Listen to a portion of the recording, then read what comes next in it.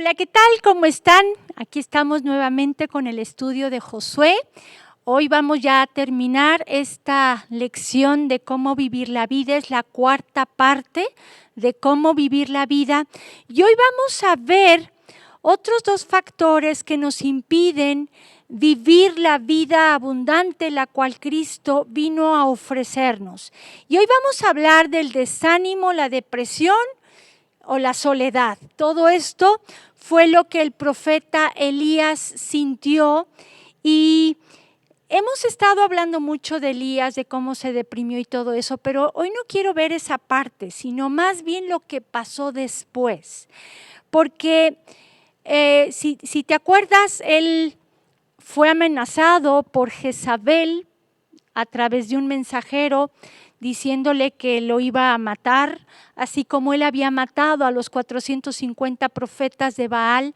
Sin embargo, él ahí, en vez de mantenerse firme, fuerte, valiente en el Señor, como en el capítulo anterior, vemos que él cae en una fuerte depresión, se va al desierto. Ahí anhela morirse, se queda dormido, el ángel de Jehová, que es Jesucristo, lo toca 2 veces y vamos a leer a partir de la segunda vez que el ángel de Jehová, que es Jesús, lo toca y le da de comer y vean lo que le dice. Vamos a ver Primera de Reyes, capítulo 19, versos del 7 en adelante, lo voy a ir leyendo y lo vamos a ir explicando. Dice, y volvió el ángel de Jehová, esto es Jesús, la segunda vez lo tocó diciendo, levántate y come porque largo camino te resta. En otras palabras le estaba diciendo, no es tiempo de morir, hay muchas cosas que tienes que hacer todavía antes de que yo te lleve. Entonces vemos cómo en el verso 8 dice, se levantó pues y comió y bebió y fortalecido con aquella comida. O sea, ¿cuál comida? ¿La física o lo espiritual? ¿Estás de acuerdo que un pan árabe y un poquito de agua no te alcanza para caminar 40 días y 40 noches sin comer y beber? Entonces, más bien fue la palabra que le dio, ese rema que le dio, que lo fortaleció para poder seguir adelante. Y luego dice, y fortalecido con aquella comida, caminó 40 días y 40 noches hasta Horeb, el monte de Dios. El monte de Dios se refiere al Sinaí, que es donde Dios le dio las tablas a Moisés, es donde Moisés vio la gloria de Dios y es donde Moisés tenía ese encuentro con el Señor y le dio toda la ley. Y dice el verso 9, y allí se metió en una cueva donde pasó la noche. Y vino a él palabra de Jehová, el cual le dijo, ¿qué haces aquí, Elías? O sea, él se metió en una cueva ahí y el Señor le dijo, ¿qué haces aquí? Como diciendo, oye, hay muchas cosas por hacer, ¿qué haces aquí? Y luego el verso 10, vean lo que dice. Él respondió, he sentido un vivo celo por Jehová, Dios de los ejércitos. Este celo, cuando cayó en depresión, se había ido. Este celo es el que necesitamos para seguir adelante. Sin embargo, vean lo que dice después. Un celo por Jehová de los ejércitos, porque los hijos de Israel han dejado tu pacto. Se estaba dolido porque el pueblo de Israel se habían apartado de Dios. Han derribado tus altares y han matado a espada a tus profetas. Y vean lo que dice, y solo yo he quedado y me buscan para quitarme la vida. ¿Cómo se estaba sintiendo en estos momentos o desde antes el profeta Elías? Elías había caído en depresión, estaba con desánimo, no tenía ganas de hacer nada, quería morirse, quería que Dios se lo llevara. ¿Por qué? Porque en primer lugar lo estaban persiguiendo para matarlo, pero también había una gran soledad en su corazón.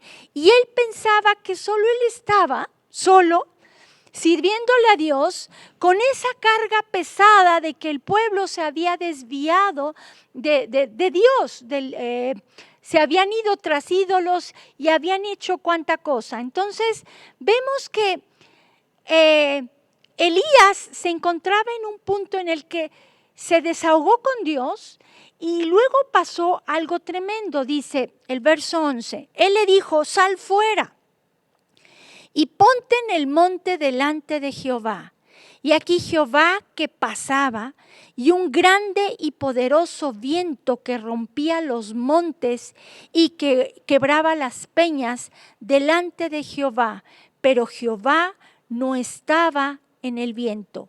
Y tras el viento un terremoto, pero Jehová no estaba en el terremoto.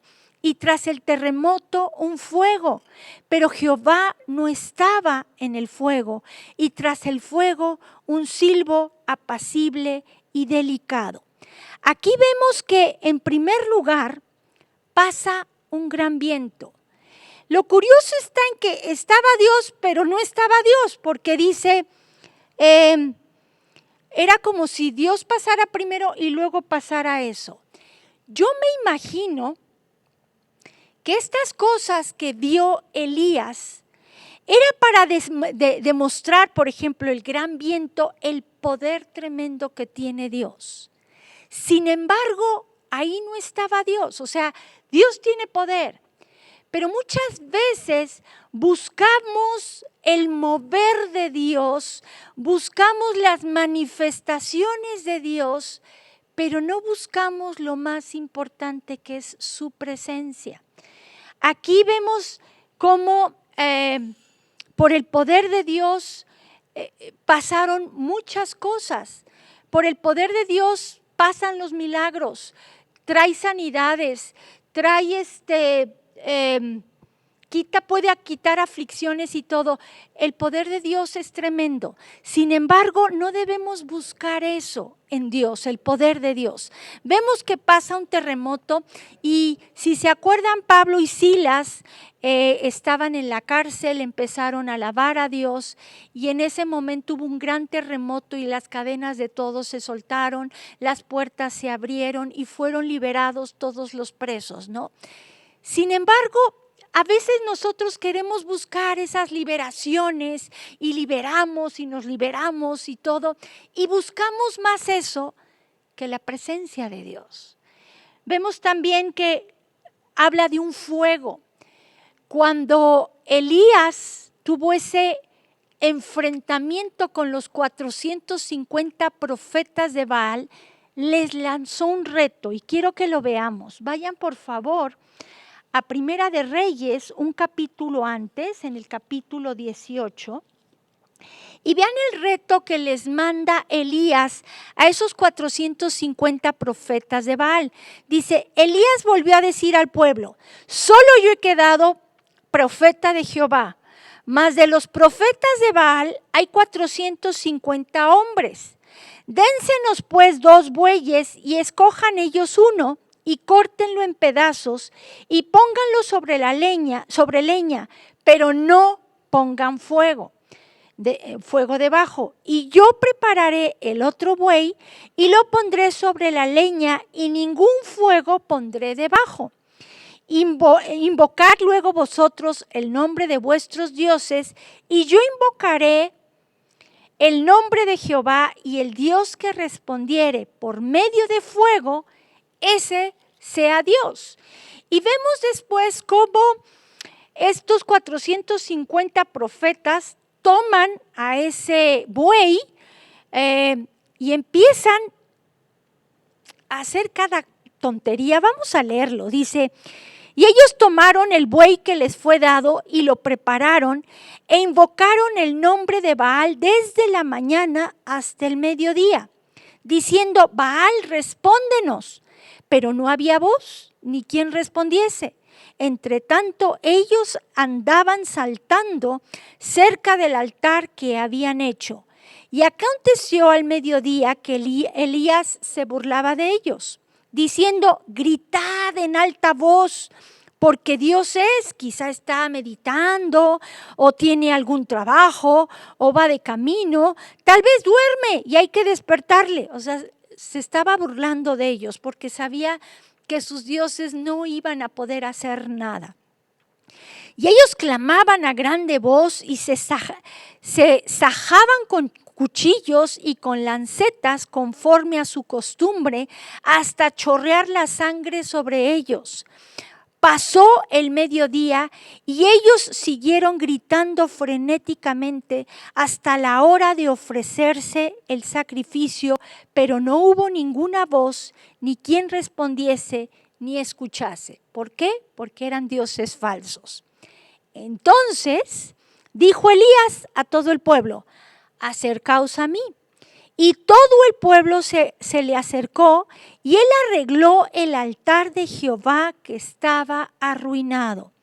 Y tomando Elías 12 piedras, conforme al número de las tribus de los hijos de Jacob, al cual había sido dada palabra de Jehová diciendo: Israel será tu nombre, edificó con las piedras un altar en el nombre de Jehová. Después hizo una zanja alrededor del altar en que cupieran 2 medidas de grano. Y preparó luego la leña y cortó el buey en pedazos y lo puso sobre la leña. Y dijo: llenad 4 cántaros de agua y derramadla sobre el holocausto y sobre la leña. O sea, mojó todo. Y dijo: hacedlo otra vez, o sea, empapen todo con agua. Y otra vez lo hicieron. Dijo aún: hacedlo la tercera vez. Y lo hicieron la tercera vez. De manera que el agua corría alrededor del altar y también se había llenado de agua la zanja. Cuando llegó la hora de ofrecerse el holocausto, se acercó el profeta Elías y dijo: él no se tasajeó y sacó sangre, ni clamó a grande voz, ni solo dijo. Se acercó el profeta Elías y dijo, no dice que gritó ni nada, dice y dijo: Jehová, Dios de Abraham, de Isaac y de Israel, sea hoy manifiesto que tú eres Dios en Israel y que yo soy tu siervo y que por mandato tuyo he hecho todas estas cosas. Respóndeme, Jehová, respóndeme, para que conozca este pueblo que tú, oh Jehová, eres el Dios y que tú vuelves a ti el corazón de ellos. Entonces cayó fuego de Jehová y consumió el holocausto, la leña, las piedras y el polvo, y aún lamió el agua que estaba en la zanja. Viéndolo, todo el pueblo se postraron y dijeron: Jehová es Dios, Jehová es Dios. ¿Te imaginas esa tremenda victoria? ¿Cómo Dios hizo caer ese fuego?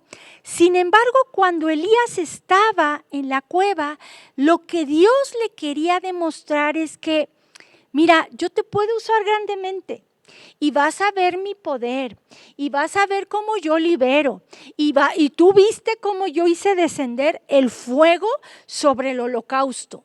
Sin embargo, tú me tienes que buscar más en el silbido suave y apacible. Ahí ese es nuestro refugio. Ese es el lugar donde nosotros tenemos que escondernos y buscar a Dios. Cuando llegó ese silbido suave y apacible, vean lo que dice el verso 13 del capítulo 19. Dice: y cuando lo oyó Elías, ese silbido suave y apacible, cubrió su rostro con su mano y salió y se puso a la puerta de la cueva. Y aquí vino a él una voz diciendo: ¿qué haces aquí, Elías? Él respondió nuevamente lo mismo que dijo en el verso 10. He sentido un vivo celo por Jehová, Dios de los ejércitos, porque los hijos de Israel han dejado tu pacto, han derribado tus altares y han matado a espada a tus profetas, y solo yo he quedado y me buscan para quitarme la vida. Y vemos que en ese silbido suave y apacible, en esa presencia de Dios, Dios le empieza a hablar y le dice: ve, vuélvete por tu camino por el desierto de Damasco y llegarás y ungirás a Hazael por rey de Siria. a Jehú, hijo de Nimsi, ungirás por rey sobre Israel. Y a Eliseo, hijo de Safat de Abel Meola, ungirás para que sea profeta en tu lugar. A mí me impresiona muchísimo cómo Dios le estaba mostrando a Elías que no era el tiempo de partir a su presencia, o sea, de partir ya, de morirse, de irse con él, porque le faltaba hacer cosas muy importantes. Y entre lo más importante que yo veo era el de pasarle la estafeta a otra persona, en este caso a Eliseo, para que él continuara adelante. No es casualidad que justo en el verso 19 dice, partiendo él de allí, halló a Eliseo, hijo de Safat, que araba con 12 yuntas delante de sí, y él tenía la última. Y pasando Elías por delante de él, echó sobre él su manto. Entonces, dejando él los bueyes, vino corriendo en pos de Elías y dijo, te ruego que me dejes besar a mi padre y a mi madre, y luego te seguiré. Y él dijo, ve, vuelve, ¿qué te he hecho yo? Y se volvió y tomó un par de bueyes y los mató, y con el arado de los bueyes coció la carne y la dio al pueblo para que comiese. Después se levantó y fue tras Elías y le servía. Si tú sigues vivo o sigues viva, si Dios no te ha llevado, es porque todavía tienes cosas que hacer aquí en esta tierra. Y uno de los propósitos que Dios nos ha dado, muy importante, es que todo lo que nosotros sepamos, se lo transmitamos a alguien. Puede ser tu Timoteo, puede ser tu Josué, en este caso fue Eliseo. Dios no lo había llevado aún porque él tenía que enseñarle a Eliseo todo lo que él sabía, lo tenía que instruir, lo tenía que preparar para que cuando él se fuera, él ya siguiera adelante con lo que él había estado haciendo. Yo te pregunto, ¿tienes a esa persona? ¿Tienes esa persona a la cual le has enseñado todo lo que sabes de la palabra?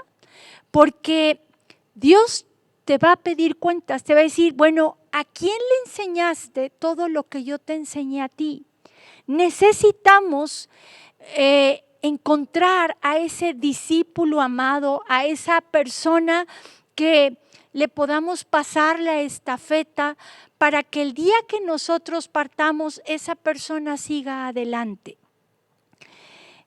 Para mí fue una sorpresa hace algunos años que Dios me habló y me dijo que mi Timoteo, tal cual como la abuela Loida, es mi nieto Mikey, mi primogénito de los nietos, el primero. Él es mi Timoteo. Y mi hijo Andrés también es ese discípulo amado a quien todo lo que yo sé se lo trato de enseñar. Yo te pregunto, ¿qué discípulo tienes? Puede ser un hijo físico, un hijo biológico, un hijo espiritual. Hay muchas discípulas o discípulos que te están siguiendo a ti. ¿Cuál de todas ellas estás preparando para pasarle la estafeta? Esto es algo que tenemos que entender. La vida en abundancia consiste también en eso, en preparar a discípulos, en preparar a alguien en especial para que te suceda o para que le enseñes todo lo que tú sabes acerca de Dios. Y esto es de suma importancia. Entonces, si tú estás aquí todavía, es porque hay mucho por hacer todavía en esta tierra, en esta vida.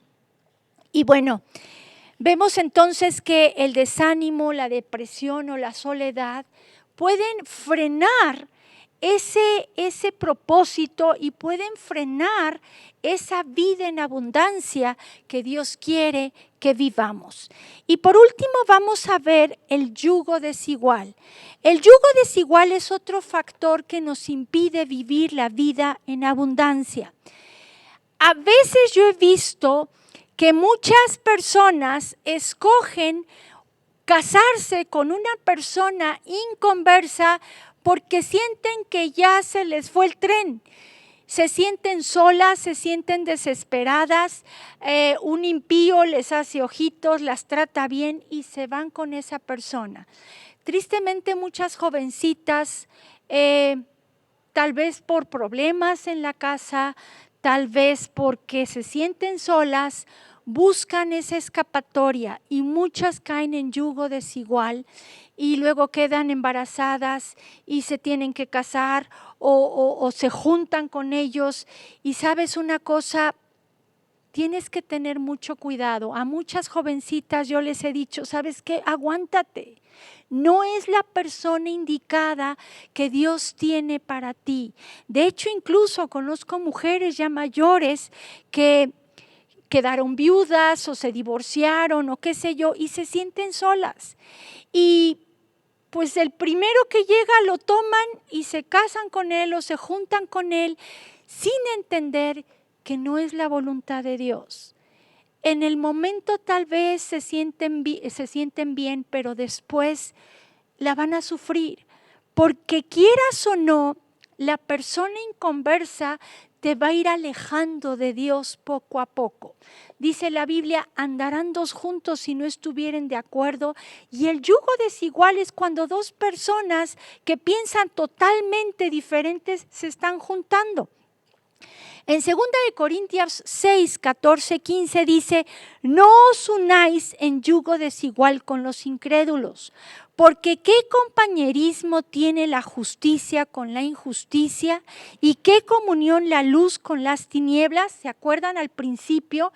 En la primera parte estuvimos viendo cómo cuando tú recibes a Cristo en tu corazón, pasas de las tinieblas a la luz y ahora eres hijo, hija de la luz. Y tú vas a empezar a ver las cosas de diferente manera. Hay una convicción, hay una revelación, hay un discernimiento que te ayuda a ver las cosas como Dios las ve, no como el mundo las ve. El mundo entero, dice la Biblia, está bajo el maligno, por lo tanto está en tinieblas. Pero cuando tú vienes a Cristo, tú empiezas a ver las cosas de diferente manera. Por eso no se puede unir un inconverso con un creyente, un incrédulo con un creyente, porque uno está en luz y el otro está en tinieblas. Entonces no se puede. Dice, ¿y qué comunión la luz con las tinieblas? ¿Y qué concordia Cristo con Belial? ¿O qué parte el creyente con el incrédulo? ¿Qué es en sí el yugo desigual? En el Antiguo Testamento, en el Antiguo Testamento, tanto en Deuteronomio como en Levítico, se nos dice, por ejemplo, en Deuteronomio 20:10, no ararás con buey y con asno juntamente. El yugo es un madero que unía a dos animales y tenían que ser de la misma especie, porque si no salía bien la faena. Los surcos en donde luego sembraban para que diera fruto no salían bien. Por ejemplo, ¿qué pasa si tú pones un madero sobre un buey y un asno, como en este caso? El asno tiene fuerza para cargar y el buey tiene fuerza para jalar. Entonces, imagínate, uno ya se arrancó y el otro está esperando a que le pongan la carga. Entonces, no iban a salir esos surcos para poder sembrar.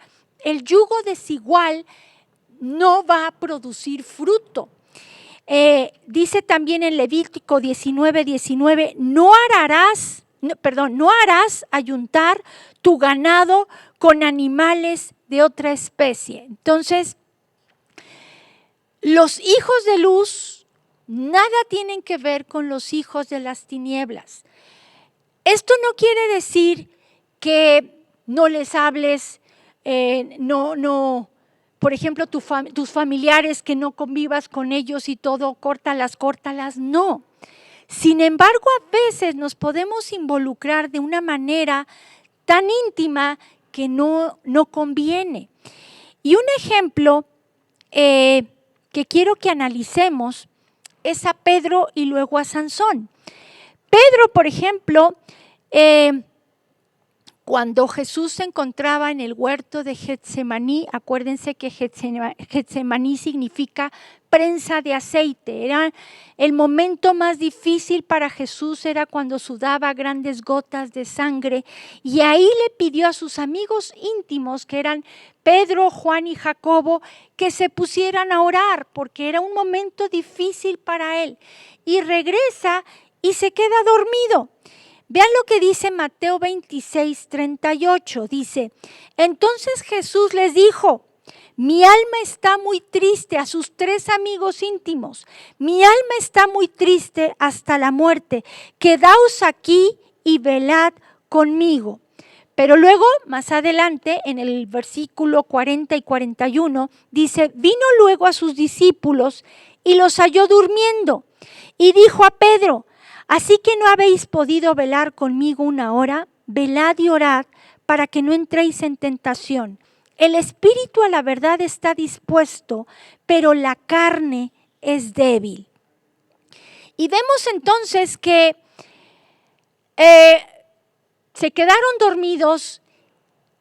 ¿Por qué? Porque dice también en un pasaje que había mucha tristeza en ellos. Entonces a veces la tristeza nos hace no buscar a Dios como lo deberíamos de buscar. Elías, por ejemplo, fue cuando cayó en depresión y no buscó al Señor, y Dios le tuvo que dar alimento espiritual y alimento físico para que saliera adelante de su depresión.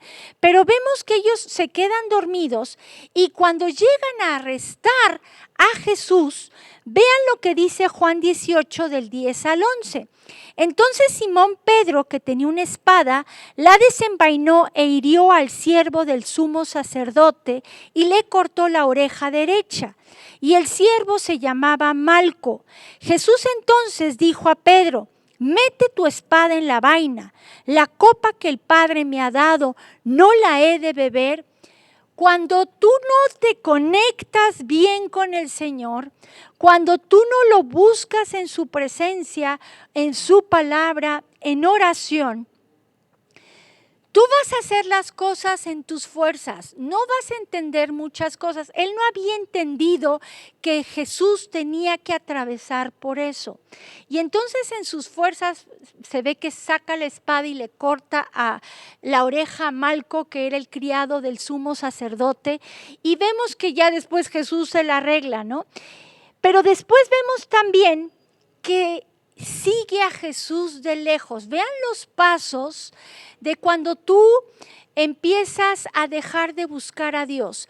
Tú no caes en yugo desigual de la noche a la mañana. Tú caes en yugo desigual porque empezaste a descuidar tu comunión con el Señor, y tu carne se fortalece y tu espíritu se debilita. Y empiezas, como Pedro, a seguir a Jesús de lejos. Vean lo que dice Marcos 14, del 53 al 54. Dice: trajeron pues a Jesús al sumo sacerdote, y se reunieron todos los principales sacerdotes y los ancianos y los escribas.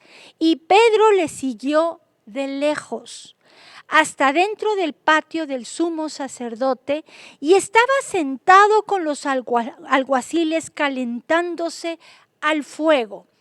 Esto es figura de que estaba teniendo esa comunión con gente impía. No les estaba hablando de que Jesús era el Mesías, el Cristo, y no les estaba dando las buenas nuevas. Estaba teniendo un convivio con ellos, calentándose al fuego. Y vemos después, más adelante, en Marcos 14, del 66 en adelante, al 71, dice: estando Pedro abajo en el patio, vino una de las criadas del sumo sacerdote, y cuando vio a Pedro que se calentaba, mirándole dijo: tú también estabas con Jesús el Nazareno. Mas él negó diciendo: no le conozco ni sé lo que dices. Y salió a la entrada y cantó el gallo. Y la criada, viéndole otra vez, comenzó a decir a los que estaban allí: este es de ellos. Pero él negó otra vez. Y poco después los que estaban allí dijeron otra vez a Pedro: verdaderamente tú eres de ellos, porque eres Galileo y tu manera de hablar es semejante a la de ellos. Entonces él comenzó a maldecir y a jurar: no conozco a este hombre de quien habláis. Tristemente, el yugo desigual te lleva a la apostasía, te lleva a negar a Jesús, a decir: no, yo no lo conozco, y te vuelves otra vez como los inconversos. La palabra apostasía significa deserción de la verdad, y tenemos que tener muchísimo cuidado porque estamos en tiempos difíciles en donde va a venir la apostasía.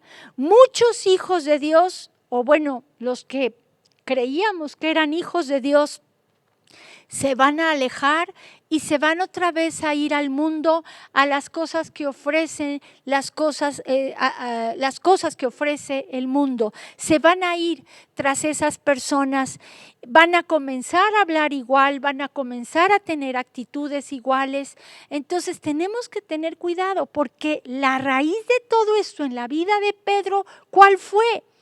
Que debiendo orar y velar, se quedó dormido. Entonces su carne creció, su espíritu se debilitó, y fue por eso que empezó a negar a Jesús y lo negó 3 veces. Él cayó de alguna manera en yugo desigual al tener ese compañerismo con gente inconversa, y Dios lo que quiere es que tengamos convivio con ellos, pero no para reírnos de las cosas que ellos se ríen o de participar en cosas que ellos participen, sino vemos, por ejemplo, a Jesús, que él tocaba a las prostitutas, abrazaba y tocaba a los leprosos, tenía contacto con ellos, tenía contacto con los publicanos y los pecadores. Pero ¿qué hacía? ¿Cuál es la diferencia?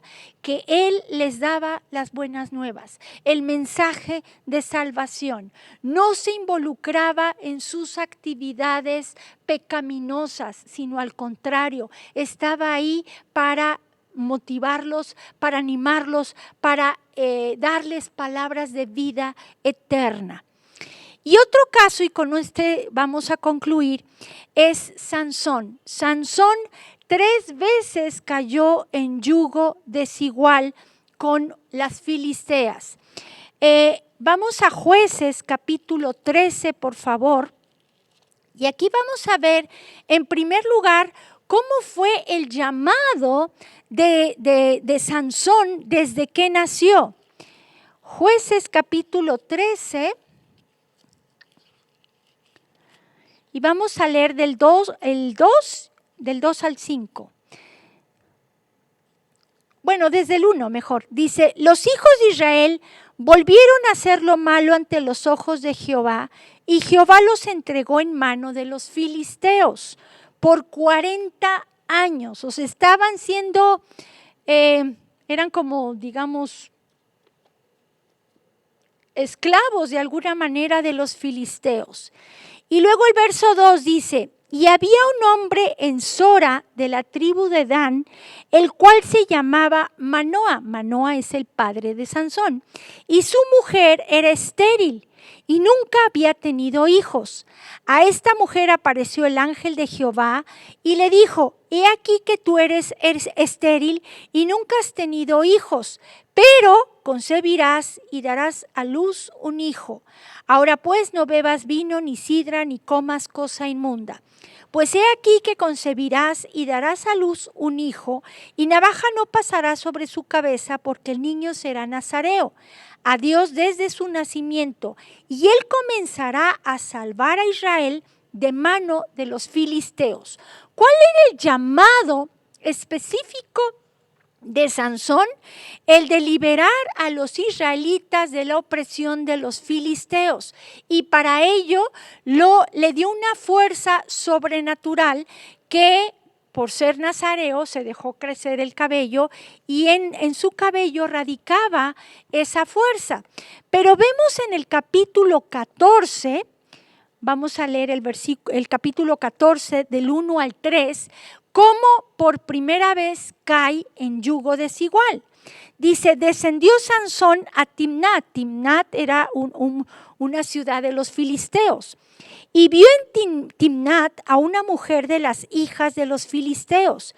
Y subió y lo declaró a su padre y a su madre diciendo, yo he visto en Timnat una mujer de las hijas de los filisteos. Os ruego que me la toméis por mujer. Y su padre y su madre le dijeron, no hay mujer entre las hijas de tus hermanos, ni en todo nuestro pueblo para que vayas tú a tomar mujer de los filisteos incircuncisos. O sea, sus papás en pocas palabras le dijeron, oye, espérate tantito, esos son incircuncisos. Hay muchas mujeres aquí, no hay una de ellas en el pueblo de Dios, en el pueblo de Israel. Sin embargo, vean lo que dice. Y Sansón respondió a su padre, ay, tómame esta por mujer, porque ella me agrada. Y ahí ves a los papás apapachando el pecado de su hijo. La primer mujer con la que cayó en yugo desigual Sansón, dice que le agradaba. Vemos que él se casa con esa mujer, pero después el padre se la entrega a su compañero. En el verso 20 de ese mismo capítulo dice, y la mujer de Sansón fue dada a su compañero, al cual él había tratado como su amiga. Entonces Sansón estaba ya enojado, molesto contra los filisteos, sin embargo, ahí seguía. En el capítulo 16 del versículo 1 en adelante, vemos que por segunda vez cae en yugo desigual, pero en esta ocasión no le agradó la mujer, sino más bien fue una ramera y se llegó a ella. Vean lo que dice el capítulo 16 de Jueces, el versículo 1 en adelante. Dice, fue Sansón a Gaza, Gaza era otra ciudad amurallada de los filisteos, dice, y vio allí a una mujer ramera y se llegó a ella. Y fue dicho a los de Gaza, Sansón ha venido acá, y lo rodearon y acecharon toda aquella noche a la puerta de la ciudad y estuvieron callados toda aquella noche diciendo, hasta la luz de la mañana, entonces lo mataremos. Mas Sansón durmió hasta la medianoche y a la medianoche se levantó y tomando las puertas de la ciudad con sus dos pilares y su cerrojo, se las echó al hombro y se fue y las subió a la cumbre del monte que está delante de Hebrón. Entonces él, la segunda vez que cae en yugo desigual, fue cuando se llega a una prostituta, a una ramera que era filistea. Y lo peor fue la tercera vez, cuando decimos que dio el dalilazo. Aquí vean cuál fue el problema. En el versículo 4 de este mismo capítulo dice, después de esto, aconteció que se enamoró de una mujer en el valle de Sorek, la cual se llamaba Dalila. Él se enamoró de Dalila, sin embargo, Dalila no lo amaba a él y solo buscaba sacar provecho, porque vean lo que dice el versículo 5. Y vinieron a ella los príncipes de los filisteos y le dijeron, engáñale e infórmate en qué consiste su gran fuerza y cómo lo podríamos vencer para que lo atemos y lo dominemos y cada uno de nosotros te dará 1100 siclos de plata. O sea, ¿por qué Dalila se juntó con Sansón? Por puro dinero, por puro negocio, digámoslo así. Sin embargo, vemos que Sansón sí se enamoró de Dalila. Y Dalila hizo 1000 cosas para sacarle el secreto de dónde radicaba su fuerza.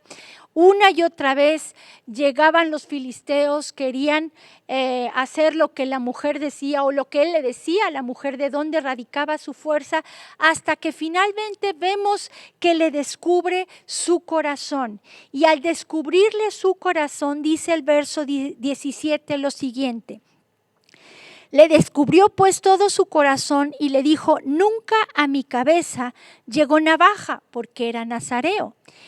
porque soy nazareo de Dios desde el vientre de mi madre.